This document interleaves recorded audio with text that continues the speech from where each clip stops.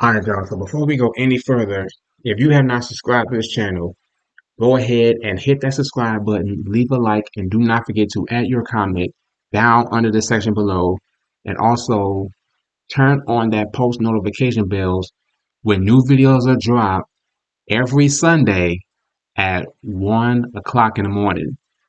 Um, Speaking of that, quick announcement. So I'm going to start dropping full documentary videos every Sunday instead of doing it Tuesday and Saturday. So new time, new schedule. Um, every Sunday, all every single full documentary videos will be dropped every single Sunday at 1 a.m. So yeah, y'all. But without further ado, we're gonna check out this Michael Jordan classic documentary on ESPN Sports. And yeah, y'all, let's sit back, relax, and enjoy this documentary here. And make sure y'all follow me on my TikTok page. The link will be also under the description down below. But without further ado, let's check out some Michael Jordan on ESPN.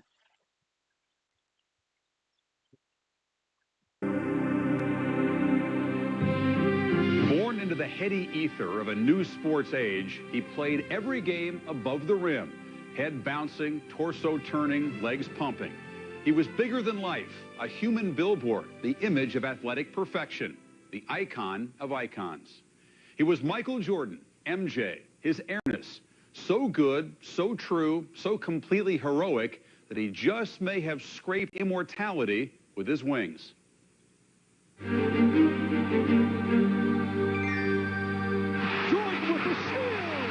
Jordan slams it again. Michael for three. Yeah! Jordan, look at that! Michael drives Wilkins into left for the shot. But when he came on the floor, people knew that they were in trouble. He saw Michael Jordan! Even in a game, if I see him do something like that, I would just grab my face and be like, oh my God, what did I just see? His strength is like a big man. He's the strongest guard, I'm talking about body-wise, to ever play. Michael on the drive across the lane. Turnaround shot. Got it. 63 for Jordan. Michael was coming in from the side. And we were running down there to try to close him off. And next thing I knew, he was going by me. A courageous, classic performance by the flu-ridden Michael Jordan. Give me the ball for the last shot. I'll do it. It is my destiny to do it. I was made by God to take the last shot. Here's Jordan. Yes! It is all over. Michael Jordan's last game. See, but you couldn't put that in a movie and get away with it. Michael working on Russell. Brings them to within one. It was one of those games that it felt like we had control of the game. And I wish I had a nickel for every time you can say that about a team that Michael played on. Malone is doubled. They swat at it and steal it. You get right to the last second. He had the ball in that situation, and you expect the ball to go in the basket. Jordan open. Chicago with the lead. He loves to compete and rise to that moment that is presented to him, and I think he seeks that moment. The Chicago Bulls have won their 6th NBA championship. That last episode of my career ended the way that it began. And no one can ever say their careers ended that way or started that way. Gordy to Black. The time, 18. Shot, Jordan! Michael Jordan! North Carolina has won the NCAA championship. It's hard to overstate Michael Jordan's greatness, but he has done it at a time when everything has come together. Michael Jordan is CEO Jordan. MJ, those newer Jordans. He had all of the media exposure that the other guys before him didn't have on internet, cable, satellite TV. Game 4 in Chicago, in a word, Michael. Yes, it was a national holiday. Michael did not take off. He just took off on the Knicks. He became the Pied Piper. Television ratings followed him. Fans followed him. They flocked into stores to buy anything that was endorsed by him. You better eat your Wheaties. Michael Jordan created all kinds of fans, including a lot of women fans. Please welcome Michael Jordan.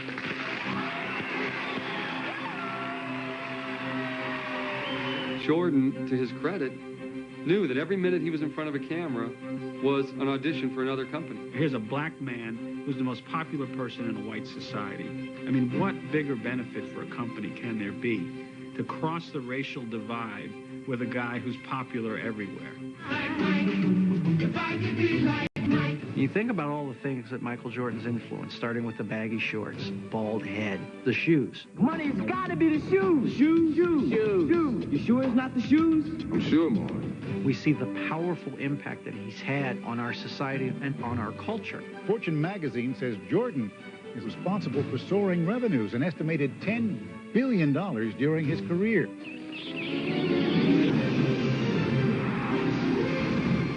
It goes across national boundaries where friends of mine go to the heart of the Congo and they see kids in number 23 Chicago Bull uniforms. I thought Magic Johnson was the most famous basketball player in the world still when the Dream Team went to Barcelona, and I was mistaken. Michael was big enough that there were 40-foot murals. Ladies and gentlemen, Michael Jordan. Because I'm good enough, I'm smart enough, and doggone it, people like me. More than liked, Jordan was adored. But the fallout from this idolatry had its negative side. For even as public Jordan mushroomed into a global marketing colossus, the private man shrank ever deeper into a glass-walled isolation chamber.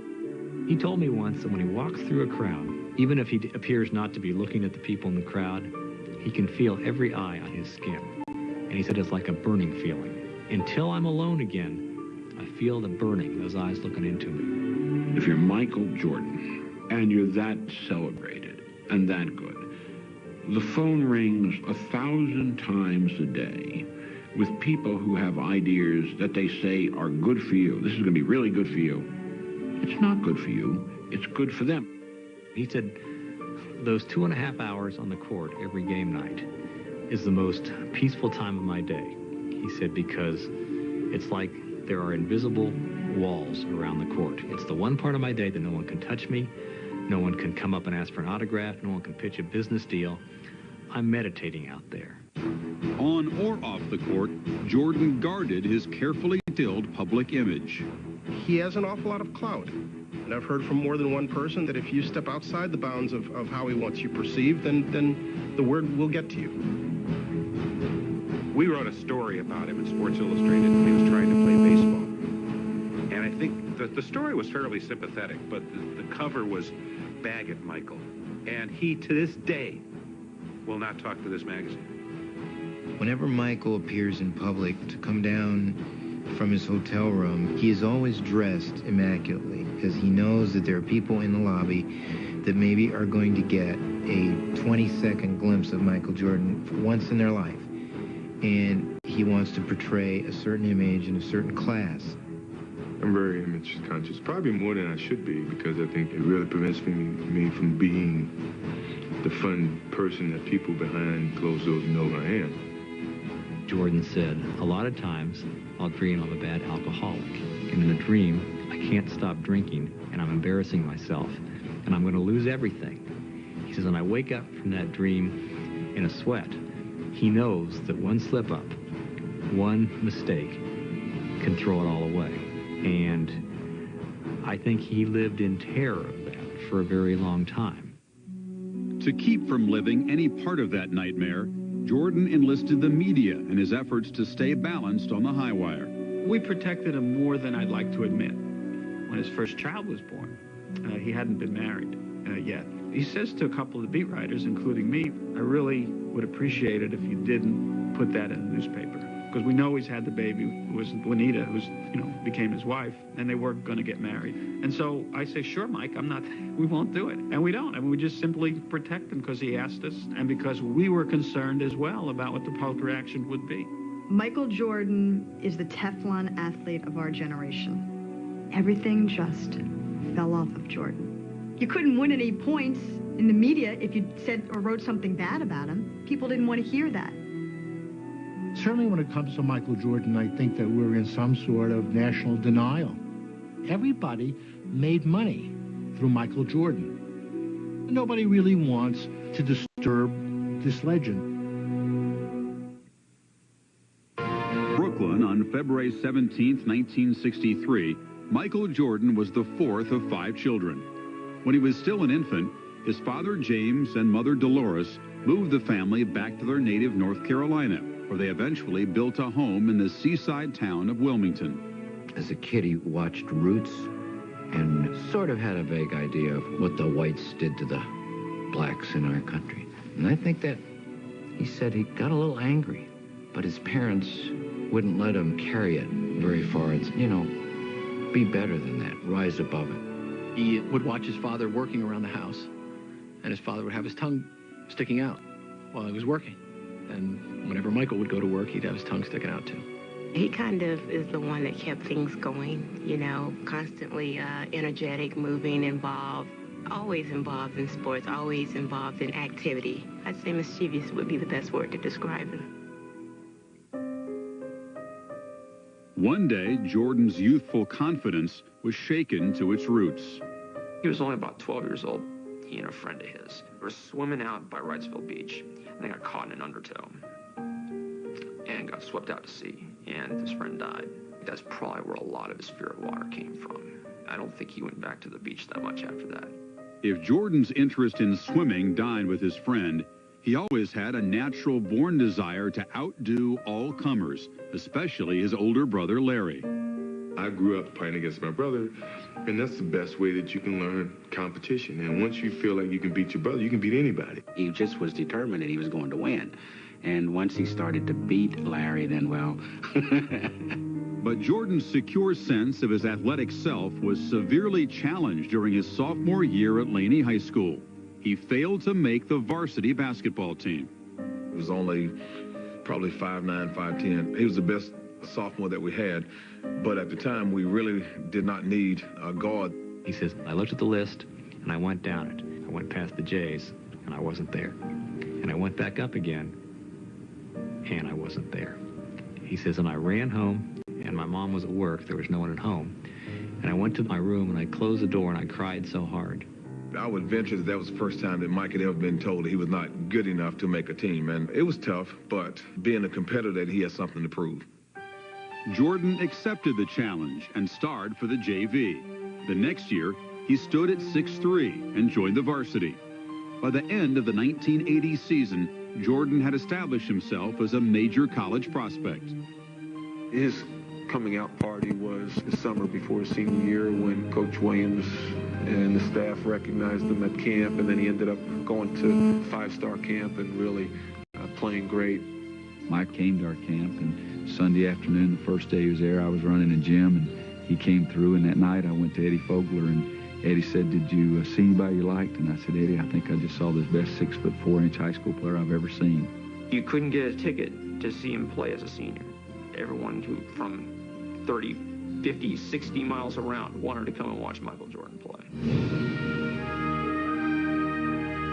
After averaging 27 points and leading Laney High to a 19-4 season as a senior, Jordan packed his bags and headed for the only college he ever seriously considered, North Carolina. He soon learned there were no easy streets in Chapel Hill. A couple of weeks before practice started his freshman year, I said, Michael, you're going to have to do one thing. You're going to have to work a lot harder than you did in high school. And he said, I worked as hard as everybody else. And I said, do you want to be like everybody else? Number 23, Michael Jordan. He says, Buzz, when I went to North Carolina, only thing I heard was Buzz Peterson. Buzz Peterson, you know, you're never going to play in front of him. Every day we went on the court, I always reminded myself, I've got to be better than Buzz. I've got to outwork him. I've got to outplay him. Jordan's diligence earned him the respect of his coaches. And in the 1982 NCAA final against Georgetown, his jump shot with 15 seconds remaining lifted the Tar Heels to a national championship and unleashed a sixth dimension of talent. confidence and the competitiveness really grew in huge leaps and bounds after that freshman year.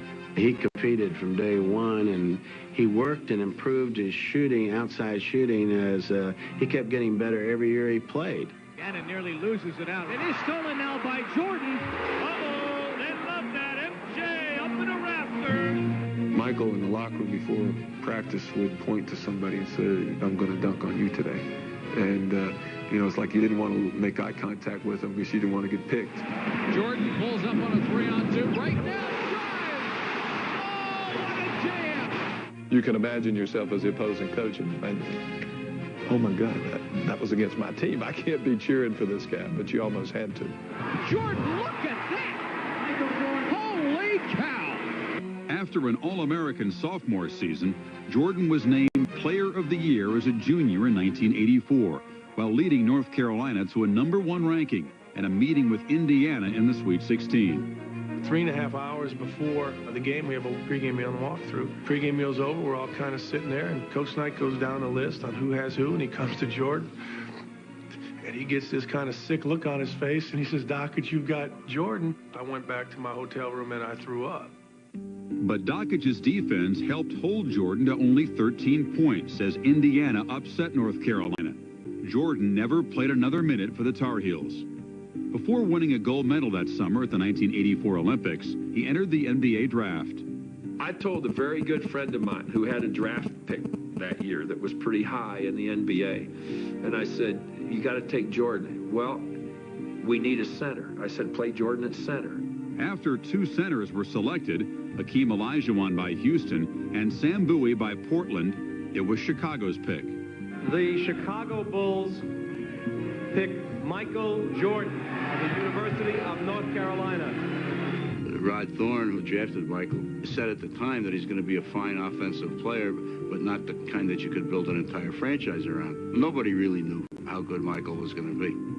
What were the Chicago Bulls before him? Cows. You have to remember that Chicago nights are cold, and they can be full of despair, and they can be brutal. And all of a sudden, there was something glorious right in the middle of the night. There's a kaboom. I'm like, fasten your seatbelts. This is going to be a hell of a ride. You just knew it from day one. Earning Rookie of the Year honors, Jordan led the Bulls to the playoffs for the first time in 4 years. Then, with veterans Larry Bird and Magic Johnson, he lifted the NBA and the game itself to unprecedented heights. Winning 10 scoring titles, including 7 straight, Jordan has the highest career average in league history, 32 points. He got 69 points in a game against Cleveland. He also had 18 rebounds. I said to my partner, do you realize we're watching a legend? This is like watching Babe Ruth. In '92, Portland had its great season, and they were going into the finals against the Bulls, and Clyde Drexler had a great season. And there was a lot of talk that Clyde would be the MVP. Before the game, Michael says, we'll show who's the best player in the league. And he gets 35 points in the first half of Game 1 against Drexler, including 6 3-pointers with his famous sort of shrug. There's Jordan for 3, yes! If he wanted to do something in a game, there was no stopping what he could do. My son didn't... Of his lust for winning when he led the Bulls against the Cavaliers in the first round of the 1989 playoffs. There was 3 writers then traveling with the Chicago newspapers with the teams. And each of us picked the Cavaliers to win the series before Game 5 in Cleveland. He points to the one guy who picked him in 3, and he says, we took care of you. And then the other guy picked him in 4, he says, we took care of you. And he looks at me, and he points me in the eye, and he says, and today we take care of you. Inbounds pass comes into Jordan. Here's Michael at the foul line. A shot on Elo. Good! The Bulls win! They win! People have no idea how obsessed Michael Jordan is with winning at something. Not just beating you when he was in his prime, but humiliating you, with putting you away, with putting you down, so that you were no longer a threat to compete with him again. Oh, and Reggie Miller came over and smacked Michael. Okay, yeah. MJ is upset about it, and I can't blame him. Yes, sir, he ran right into him, and we got a brouhaha here. It's about 9 to 1 doing practice. We're playing up to 11 baskets. So I tell Michael, you got to change to the other side. And he was extremely upset about that. But he takes the other team and he wins with that team. He would cheat to win. And I say that in reverence. It was my mother and Michael and myself playing just a simple game of Go Fish or something. And I caught him cheating my mother. And I said, are you that competitive? Were you going to cheat my own mother in cards? I said, you got to be kidding me. One day they fly into Portland, and the trainer notices that Michael is giving one of the baggage handlers a $50 bill. Michael says, watch this. So they get down to the baggage area, and the bet is whose baggage is going to come out first. And guess whose luggage comes out first? Number 23. He scoops up about $1,000, puts it in his pocket, looks at the trainer, winks, and says, pretty good return on a $50 bet. This is the winner. I'm gonna get rich. We just lost the Boston Celtics, but guess what? I'm winning. He is so competitive. I can remember beating him in a game of pool 3 games in a row, and he didn't speak to me for 24 hours. Michael Jordan was on a bus, and players were sort of comparing how famous they were. Michael Jordan kind of sat there. Finally, somebody said something like, I bet even Michael can't get a hold of Janet Jackson. He took out a cell phone, dial up, said, is Janet there? Just tell her it's MJ. You know, 2 seconds later, Janet Jackson was on the phone. This guy hated to lose anything. I mean, he had to be the first guy dressed. He had to be the first guy in the shower. He had to be the first guy out of the locker room. Everything had to be first.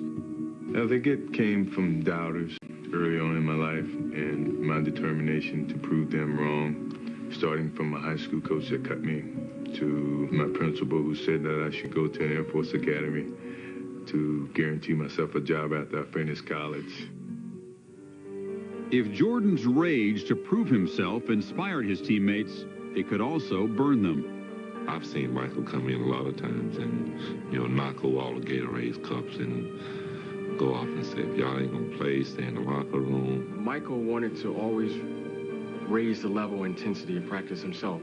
I've seen him have many fights with many a player.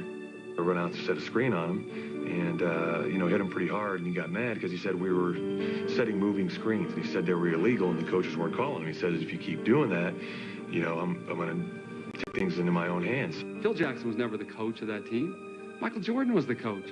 Jordan was the one who yelled at them. Jordan was the one they feared. Jordan was the standard they had to live up to.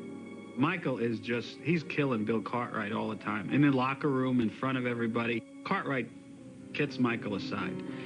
And he says, look, if you ever do anything like that again, you will never play basketball because I'm going to break both your legs. He said some things to me that I really didn't like, and I couldn't take it. If you let him ride you, he will ride you to the moon. He will ride you right out of the NBA and out of your mind.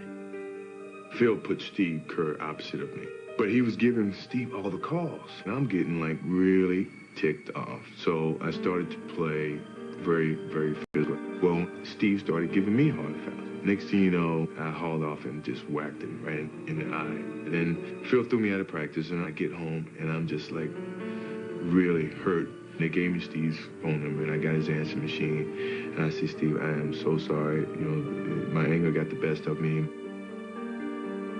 After every fight I've ever seen him in, he's always apologized. He never wanted to hurt you. He had to do whatever he had to do to make you raise your stakes that much higher. Michael's very, very, very loyal. He's loyal to his friends, to where he comes from, to teammates, people who he thinks have the same kind of spirit and drive that he has. My mother had passed away. My first time back at work, I see this big crowd of people. Michael Jordan and Magic Johnson are surrounded by this pack of media. They're going one way in the tunnel. I'm dashing the other way, all alone. All of a sudden, I hear somebody call my name. I turn around. There's Jordan. He said, Andrea, I just wanted you to know how sorry I am about your mother. I was shocked. That told me more about Michael Jordan as a person than any other dealing I'd had with him in the 7 years that I covered him in Chicago. Did you? That was get the ball, Michael. Everybody get the out of the way.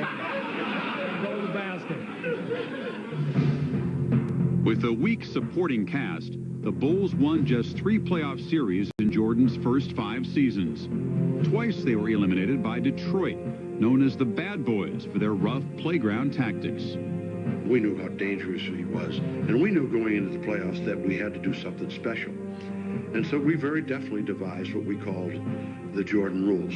Every time he came to the basket, as opposed to giving up layups and dunks because that would energize their team and give them momentum, we would rather send them to the foul line. It was important that we mentally intimidated him, whether he had to knock him down or send 3 guys at him or just look mean, nasty, ugly in his face. In July of 1989, Doug Collins was replaced by assistant coach Phil Jackson, who had an idea how the Bulls might win. I called Michael in and told him basically what I saw as a problem with the team is that, everything's centered around him. I said, the team had to share the basketball. And he said to me, you're not going to run that equal opportunity offense, are you? And I said, yeah, I am. Phil Jackson's trying to convince Jordan that the triangle offense is going to work.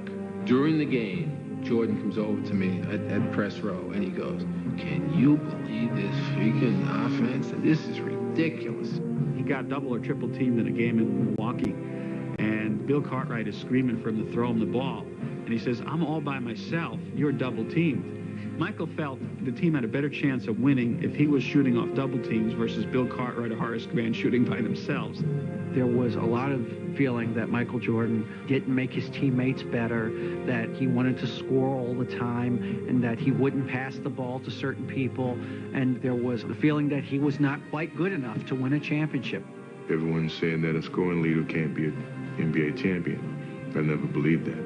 He came a point in his life, in his career, like, man, if I don't trust these guys, I don't think I'm going to win a championship. And once he decided to do that, the sky was the limit for our ball club. The Chicago Bulls advance to the NBA championship round. After defeating their nemesis, the Pistons, for the Eastern Conference title in 1991, the Bulls charged to a 3-1 lead over the Lakers in the finals. In Game 5, Jordan was faced with the ultimate sacrifice. Phil Jackson will tell you that during the huddle of the final game against the Lakers, he finally had to get in Michael's face.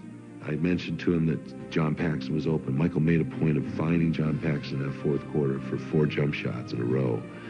And that really kind of sealed the factor that here was a guy who was willing to give the ball up at a time when he knew that he had to do whatever it took to help his team win. The Chicago Bulls have won their first ever NBA championship.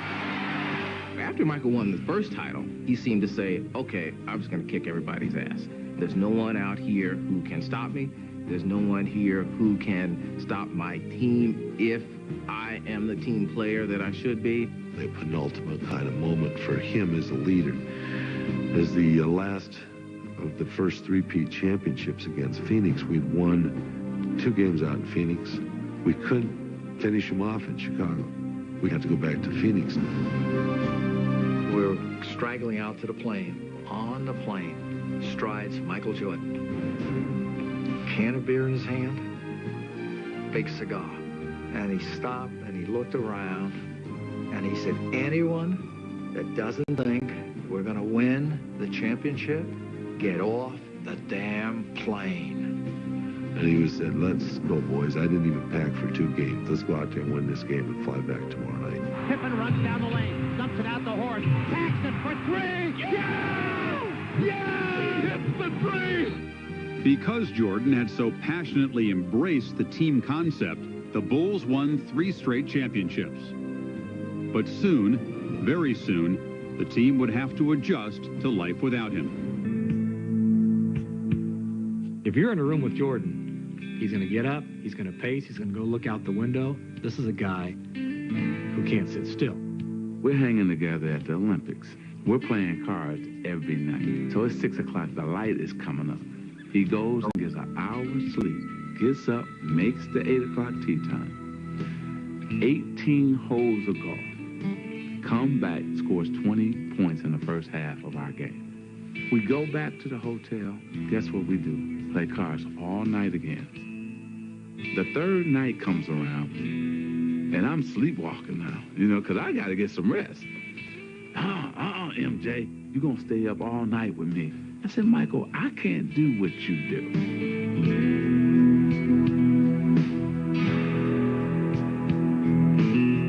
To me, it wasn't a surprise that he got in trouble gambling because he goes all out. He's the ultimate chase better.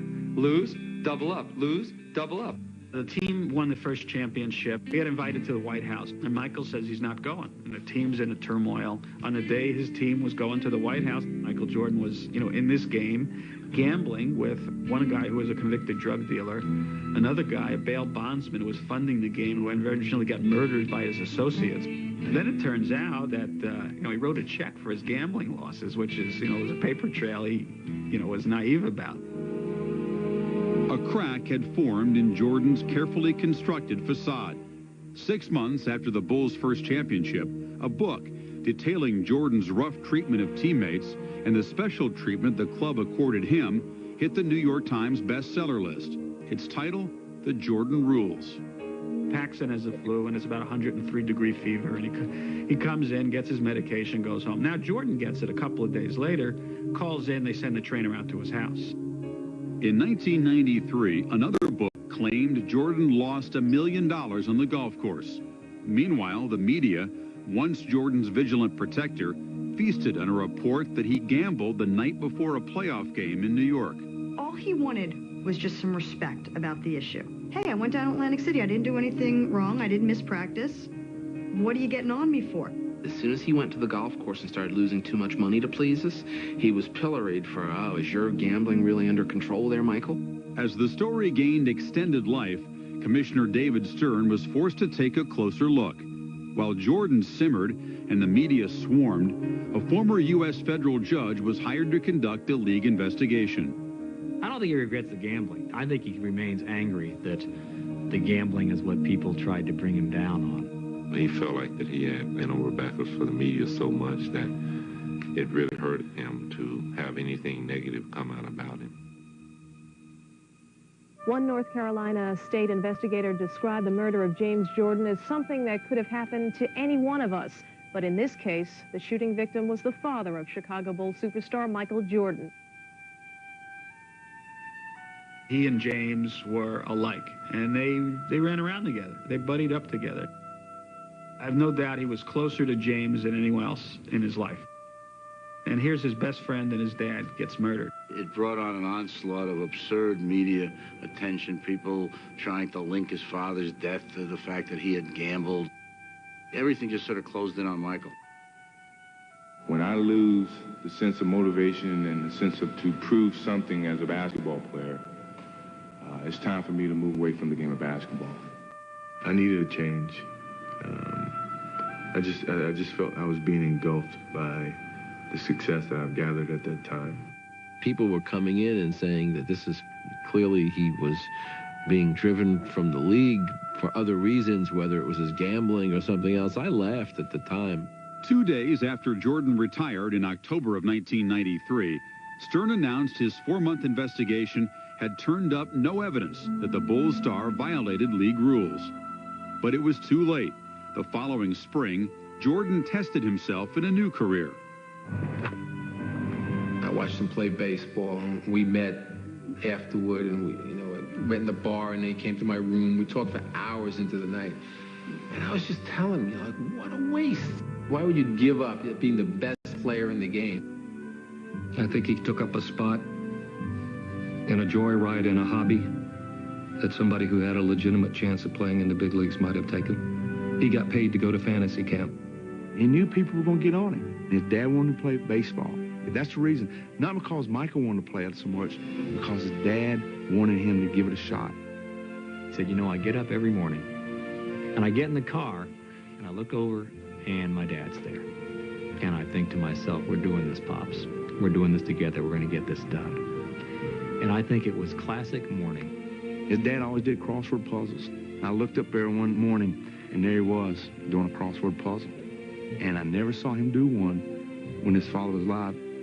Those minor leaguers were the best thing that happened to me. It was their true love for the game.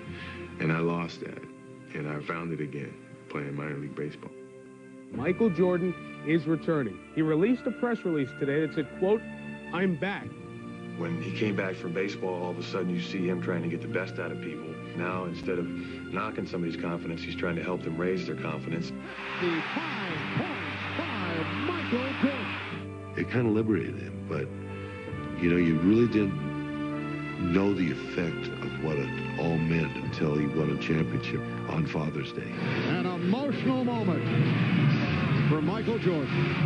The tears are flowing. That was the first time I realized that he wasn't there, you know, and it was a very touching situation. It was very hard for me to deal with at that particular time. In his first full season back in 1996, Jordan had not only led the Bulls to another title, but a 72-10 record, the best in NBA history. He won a spot on the all-defensive team for the 7th of 9 times, and by adding a twisting fadeaway jumper to an offense that once relied on power and flight, Jordan at 33 stood alone. It's almost like he allowed us to doubt him. And then he came back and said, okay, I've shown you all that stuff. I've been through that. I'm a human just like you. I'm still the best. If he's going to do something, it's not worth it for him to just do it. He has to win at it. In fact, he's taught our children that. My kids love to play basketball. They ask me to come up and watch them play one-on-one. I tell my youngest to come over and sit down, you know, and I talk to him about being able to accept losing, but yet still competing. I said, watch, I'm going to go out here and I'm going to play your brother, and I'm going to show you exactly what it's all about. So I'm playing him pretty serious, and I know that at any point in time I can steal the ball and I can go ahead and win the game. But my oldest kid hit a basket, so it's 4-2. I'm saying, well, I got to get serious here because I'm really trying to prove a point to my kid. So the oldest fakes one way, head and shoulder fakes, and throws up the most luckiest shot you ever seen, and it goes in. And I'm pissed. And I look back at my son. He looked at me and said, next. And I looked, and I turned away, and I smiled. I'm saying, you know what? That's my son. Because that's exactly what I would say. When we return to Sports Century, Mr. Jordan goes to Washington. Ball court. You see Michael Jordan, and he doesn't hold anything back. As soon as he gets off the court, of all things, Michael Jordan becomes vanilla. He's raised blandness to an art. As a player, Jordan avoided hot-button issues. When he refused to endorse African-American Democrat Harvey Gantt in his 1990 senatorial race against white conservative Jesse Helms in North Carolina, Jordan explained, Republicans buy sneakers too. And during the 1998 season, when Nike was criticized for improper labor practices in Southeast Asia, Jordan vowed to observe the factories in question after the playoffs, but never did. If Michael Jordan had said, look, Nike, you can have everybody else in sports, but you can't have me unless all these questionable practices are cleaned up, I think he would have gotten pretty close to immediate action. I know that he is very concerned with what's happening over there, and if there continues to be a need for him to go over there, he will eventually do that. He has to do what every other elite person does that is a member of a race that's in an underprivileged situation. They have to put their money, their power, and their intellect into a system and bring about change.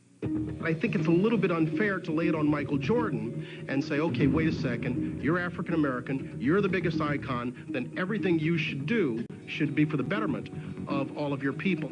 The primary responsibility of leadership in America is to integrate the money. Michael Jordan had a $10 billion impact on the total economy.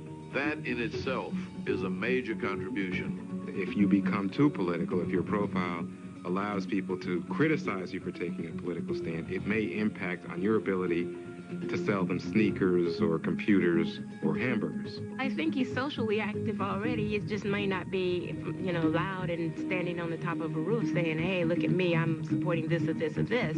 I know of too many instances where Mike has shown up and done things, whether it be school programs, reading programs, money donated, time put in with kids, and so forth. There is a whole lot of life that Michael Jordan has left where he can have tremendous economic and social and political impact if he chooses to. And I think it's fairly small of everyone to tell him how he should live his life unless we are all willing to be told how we should live ours. We do this again for the second time. I am here to announce my retirement from the game of basketball. My life will take a change. And a lot of people say, well, Michael Jordan didn't have any challenges away from the game of basketball. Well, I dispute that. More than golf awaited Jordan when he retired. In January 2000, he endorsed Democrat Bill Bradley for president. And that same month, after not receiving any offers of an executive role or part ownership with the Bulls, Jordan became president of basketball operations and part owner of the Washington Wizards. I have an attitude about the way I play. I have an attitude about the way I win. My job and my responsibility with this organization is to see if I can pass that on to the players in those uniforms. You look at the nature of this franchise, and I just said, why do you want to do this? Why would you do this given all that you've accumulated and all that you've become? And he said, what am I supposed to do at this age? Play golf every day? The competitive urges don't go away because you take a uniform off. Chief among Jordan's competition are two executives with whom he maintained an uneasy relationship as a player. Bulls owner Jerry Reinsdorf and his right-hand man, Jerry Krause. I don't think Michael's ever really liked Jerry Krause. And then Jerry makes a comment, I like to win a championship without Michael. When Michael's gone, let me see if I can muster up a championship team without the great one. I wanted Michael to stay as long as possible. Michael made my life a lot easier. Michael made my kids' lives a lot easier and my pocketbook a lot easier. Anybody who thinks I want Michael to leave doesn't have their heads on straight. The Bulls treated Jordan unfairly, given his stature. And I think Jordan thinks so too. It would be the pleasure of his life to not only build Washington into a winner, but just beat the Bulls to death. Every time they play, beat them by like 100 points. This is his way of turning against Reinsdorf and sticking it to him. To take his celebrity, his presence to Washington, D.C., when all of his life, professionally, he's been associated with the Chicago Bulls. But Jordan came under scrutiny as the Wizards continued to flounder. A lot of the criticism he's taken in Washington has to do with he's not visible. He's not in the owner's suite watching the game so people can see him. Part of the reason he's not there is because he's not a very good loser. He's pounding the desk and screaming and cursing and tearing up stuff. And I think rather than have those cameras zeroed in on him, he watches in his office. Mike has always been cool, and he doesn't show getting frustrated unless he wants to. But inside, he's got to be like sitting in the box up there, like, ugh, and you know he wants to get down there and play. His will to win and his belief in himself is just unparalleled. Chicago novelist Scott Turow. All right, y'all. I'm gonna go ahead and end this video right here.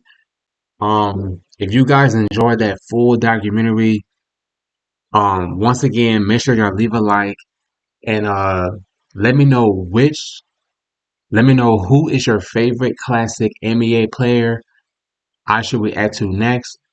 And yeah, y'all, I'm about to end this video. Y'all have a great night, great weekend, great day. This Flame 101 signing out, y'all. Peace.